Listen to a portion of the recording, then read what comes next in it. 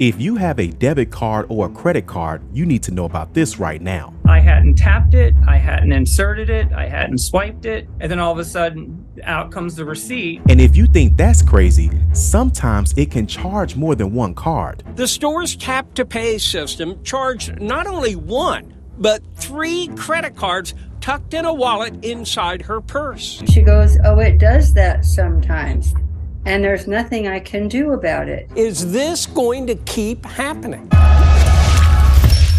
Several viewers told me tap-enabled systems snatched their credit card information when there was no tap. In this video, I'm going to show you how some tap-to-pay systems were charging debit cards and credit cards, even though they were in their wallets and their purses. Also, at the end of the video, I'm going to show you all how you can protect yourself and keep this from happening to you. Let me show you right now. If you want to stay updated on things like this, subscribe to the channel today. Several viewers told me tap-enabled systems snatched their credit card information when there was no tap. Where? Well, at a variety of places, a restaurant, a store, a doctor's office. So is this going to keep happening? What else can be grabbed out of my wallet? Edgar Matthews was trying to use his debit card to pay for groceries at Safeway, but that never happened. I hadn't tapped it, I hadn't inserted it, I hadn't swiped it, and then all of a sudden, out comes the receipt. And I said, "How did this get paid for?" The cashier couldn't explain it. She stood there literally just sort of blank. I really thought that the guy ahead of me, that he had been charged. I said, somebody paid for this on a credit card somewhere. Turns out the tap-to-pay card reader at Safeway had ignored the debit card in Edgar's hand. Instead, it reached into Edgar's back pocket, threw his wallet, and charged his Bank of America credit card tucked inside. That's a pretty big reach. I mean, around me or through me to my wallet. Why didn't it grab the card that was near it? How did it decide what to grab? I was shocked. I was like, well, it can't be. Sonia Cesari says it happened at a doctor's office. I went to pay and they said, "You're already paid." And I said, "I haven't inserted my card. I haven't even taken it out of my wallet." Turns out the card reader there had sent radio waves into her purse and charged her credit card without her knowing it. And that wasn't all. 3 days later at a boutique in Yountville, Sonia got an even bigger surprise at a little shop. the woman said, "Oh my, it's just read 3 cards." The store's tap-to-pay system charged not only one, but 3 credit cards tucked in a wallet inside her purse. I'd say I was 2 feet away at that point, for sure. All charges were reversed, but it was troubling. It could inadvertently be happening everywhere, multiple times a day. And it makes you very uncomfortable and frightened. I mean, somebody's literally in your pocket, which is very alarming. So I was swiping through. I was looking for the tip at the end. Ace Vatican was about to pay for lunch at a restaurant. A portable pay terminal charged his card before he could swipe or tap. It is kind of scary in a way that that can happen. Ace saw my story about Destiny M, whose card was charged at Safeway without her knowing it. It's like, oh, wait a minute. I think something like this happened to me too. You know, y'all did a little story on it. I said, "Oh my God, that happened to me." The industry party line here is this is not supposed to be happening. Ted Rossman of Bankrate.com says theoretically, this can't happen. You're not supposed to have a card charged by mistake. You're supposed to have to hold it very close to the reader. The industry standard is generally 1 or 2 inches. Technology exists to read radio frequencies at long range, but supposedly not on credit cards. Now, isn't that crazy?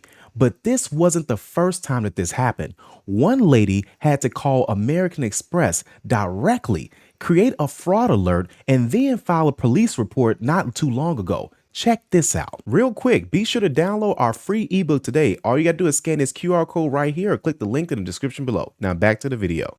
I did not authorize a charge on my credit card.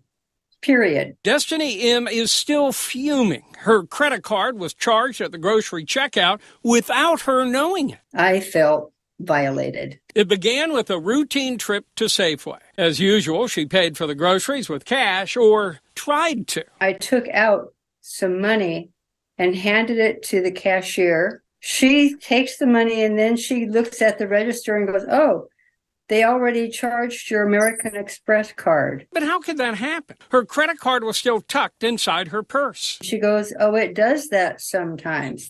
And there's nothing I can do about it. Sure enough, the tap-to-pay system reached into her purse and charged her credit card without her knowing it. She wasn't out any money, but it was troubling. But now I can't stop thinking about it because it's just wrong. After all, she says it was an unauthorized charge on her card, which she didn't want to use. They stole my personal information without my permission and my knowledge. She filed a fraud dispute with American Express, a police report, a complaint with the district attorney's office, and she called Safeway. And then she goes, it's all your fault. You should have had your credit cards protected.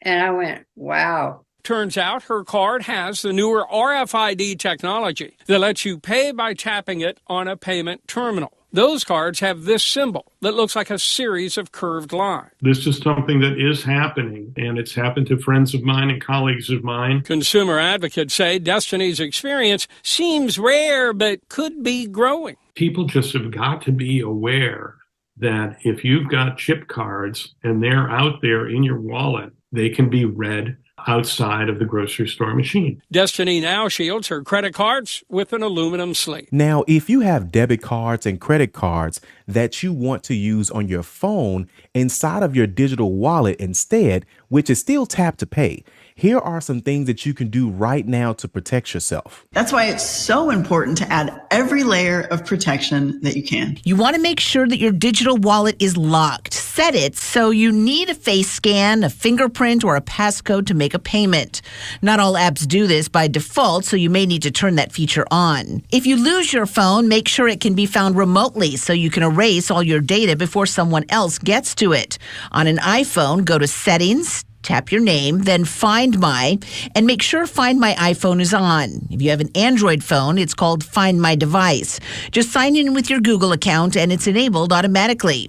And watch out for scams. They're on the rise. Now, another way that many people are starting to protect themselves is by getting what they call a RFID wallet. This keeps your card from being charged while you're out at retail stores or really anywhere that has a RFID tap feature. Here's how they work. First off, let's break down the technology.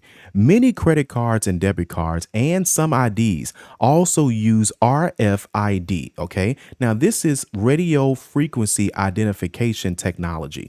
Now, this allows for contactless payments and data transfer via radio waves. And then you have what they call blocking signals, okay? Now, RFID wallets, they are designed with a layer of material, often either metal or a carbon fiber, that acts as a shield against these radio waves. Now, I've also heard of some people just wrapping their debit cards and credit cards in aluminum foil. You could try that as well too if you like. Now, the purpose of this wallet is to make sure that you are preventing unauthorized access.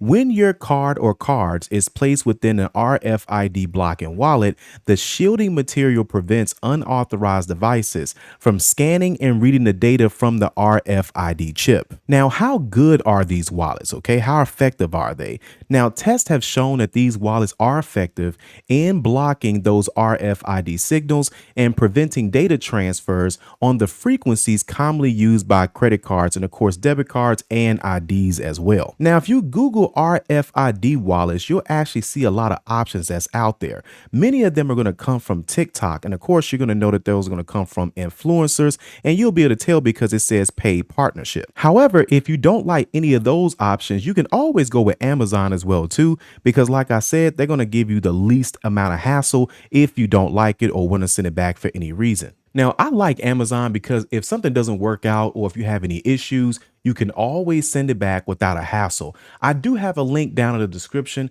of some of the ones that I read the reviews on as well. I'll see you on the next video.